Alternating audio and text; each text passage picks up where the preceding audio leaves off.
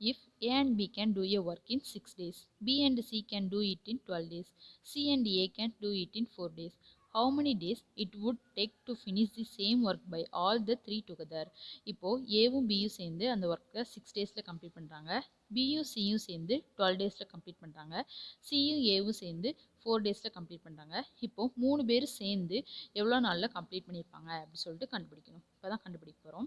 இப்போது ஏவும் பியும் சேர்ந்து 6 டேஸ் ஒர்க் பண்ணியிருக்காங்களா, அதான் ஏ ப்ளஸ் பி போட்டு 6ன்னு எழுதியிருக்கோம். பியும் சியும் சேர்ந்து 12 டேஸ் ஒர்க் பண்ணியிருக்காங்களா, அதான் பி ப்ளஸ் சின்னு போட்டு 12ன்னு எழுதியிருக்கோம். அடுத்து சியும் ஏவும் சேர்ந்து 4 டேஸ் ஒர்க் பண்ணியிருக்காங்களா, அதான் ஏ ப்ளஸ் சி போட்டு 4ன்னு எழுதியிருக்கோம். இப்போது இது மூணுத்துக்கு எல்சிஎம் எடுத்தோம் அப்படின்னா 12 தானே, அதான் 12ன்னு எழுதியிருக்கோம். இப்போது இதுதான் வந்துட்டு total work.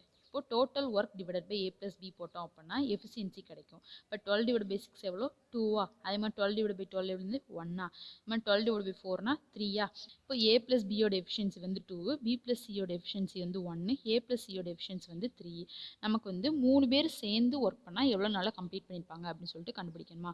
First A plus B plus சியோட எஃபிஷியன்சி என்னன்னு சொல்லிட்டு கண்டுபிடிக்க போகிறோம். இப்போ இது எல்லாத்தையும் ஆட் பண்ணோம் அப்படின்னா 2a ப்ளஸ் 2b ப்ளஸ் 2cன்னு இருக்குமா, 2 காமன் எடுத்துட்டு ஏ ப்ளஸ் பி ப்ளஸ் சின்னு எழுதியிருக்கேன்.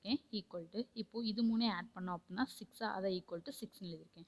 இப்போ 2 6 கேன்சல் பண்ண அப்படின்னா 3ஆ, அப்போ ஏ ப்ளஸ் பி ப்ளஸ் சியோட எஃபிஷியன்சி வந்து 3. இப்போது நம்ம வந்து எவ்வளோ நாளில் இந்த ஒர்க்கை கம்ப்ளீட் பண்ணியிருப்பாங்கன்னு சொல்லிட்டு கண்டுபிடிக்கணும். இப்போ ஃபார்முலா என்னதுன்னா total works equal two days into efficiency.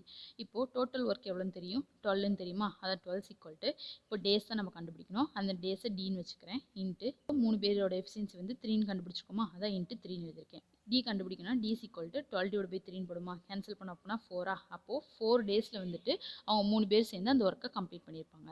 Option B is a correct answer.